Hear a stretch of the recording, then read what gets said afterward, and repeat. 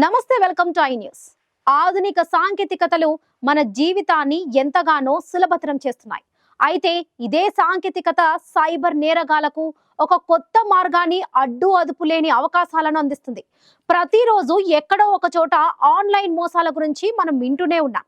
కొన్నిసార్లు పెద్ద పెద్ద అధికారుల పేరుతో, మరికొన్నిసార్లు రాజకీయ నాయకుల పేరుతో, చివరికి సాధారణ పౌరుల పేర్లతోనూ మోసాలు జరుగుతున్నాయి. కానీ ఇప్పుడు బయటపడిన ఓ సైబర్ మోసం నిజంగా దిగ్భ్రాంతికి గురి చేస్తుంది. ఏకంగా ప్రపంచంలోనే అత్యంత శక్తివంతమైన దేశంగా పేరు పొందిన అమెరికా అధ్యక్షుడు డొనాల్డ్ ట్రంప్ పేరును వాడుకొని మోసగాళ్లు కోట్లాది రూపాయలు కొట్టేశారు.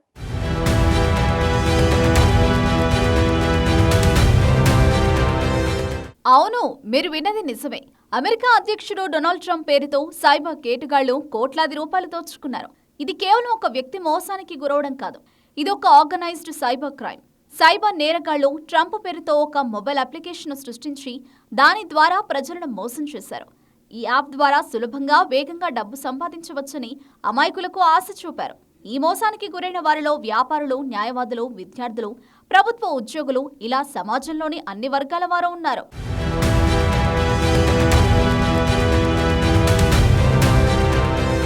ఈ సైబర్ నేరగాళ్లు చాలా పగడ్బందీగా తమ మోసాన్ని ప్లాన్ చేశారు. ముందుగా ట్రంప్ యాప్ గురించి సోషల్ మీడియాలో భారీగా ప్రకటనలు గుప్పించారు.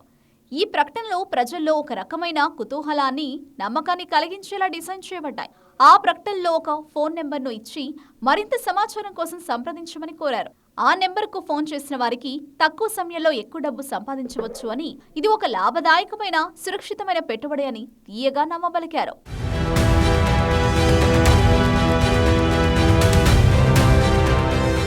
ఈ మోసానికి ముఖ్యమైన అంశం నమ్మకం పొందడం. మొదట ఈ యాప్లో కొద్దిగా డబ్బు పెట్టిన వారికి వారు ఊహించిన దానికంటే ఎక్కువే డబ్బు తిరిగి ఇచ్చారు. ఉదాహరణకు ఒక 1000 రూపాయలు పెడితే దానికి రెట్టింపు చేసి 2000 తిరిగి ఇచ్చారు. ఇలా వడ్డీతో సహా డబ్బు తిరిగి రావడంతో ప్రజల్లో ఈ యాప్ పట్ల నమ్మకం, విశ్వసనీయత పెరిగింది. ఇది ఒక రకమైన పోంజీ స్కీమ్ లాంటిది. మొదట కొద్ది మందికి లాభాలు చెల్లించి వారిని సాక్షులుగా వాడుకొని మరింత మంది అమాయకులను ఆకర్షించే పద్ధతిది.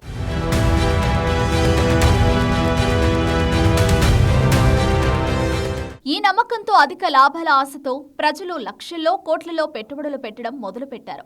కర్ణాటకలోని హవేరి జిల్లాలోనే 15 మందికి పైగా ఈ మోసానికి బలైనట్లు తెలుస్తోంది. బెంగళూరు, మంగళూరు, తుముకూరు, హవేరి, హుబ్బళ్లి, ధార్వాడ్, శివమొగ్గ వంటి అనేక జిల్లాలో ఈ దారుణం జరిగింది. పెద్ద మొత్తంలో డబ్బులు జమైన తర్వాత సైబర్ దొంగలు ఒక్కసారిగా అదృశ్యమయ్యారు. ఆ పనిచేయడం ఆగిపోయింది. వారికి సంబంధించిన కాంటాక్ట్ నెంబర్లు నిలిచిపోయాయి.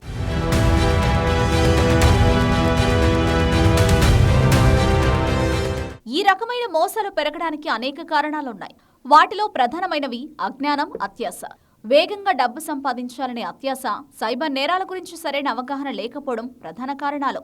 సాంకేతికతను దుర్వినియోగం చేయడం కూడా ఒక ముఖ్యమైన అంశం. మొబైల్ యాప్లు, సోషల్ మీడియా ప్రకటనలు, నకిలీ వెబ్సైట్లు వంటి సాంకేతిక సాధనాలను నేరగాళ్లు సులువుగా దుర్వినియోగం చేస్తున్నారు. ఈ నేరాల వెనుక పటిష్టమైన ఆర్గనైజ్డ్ నెట్వర్క్లు పనిచేస్తున్నాయి.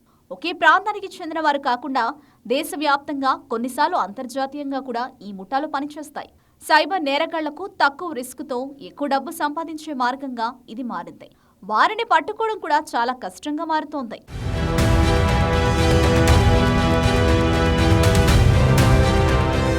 ప్రస్తుతం ఈ విషయంపై పోలీసులకు అధికార ఫిర్యాదులు అందాయా లేదా అనే సమాచారం లేదు. కానీ ఇటువంటి ఘటనలు ప్రజలను మరింత అప్రమత్తం చేయాలి. తెలియని యాప్లు, అధిక లాభాలు ఆశ చూపే పెట్టుబడి పథకాల పట్ల జాగ్రత్తగా ఉండాలి. సైబర్ నేరగాళ్ల బారిన పడకుండా మన జాగ్రత్తలో మనం ఉండడమే అత్యంత ముఖ్యం. గుర్తుంచుకోండి, కష్టపడకుండా తక్కువ సమయంలో ఎక్కువ డబ్బు సంపాదించడం అనేది ఎప్పటికీ నిజం కాదు.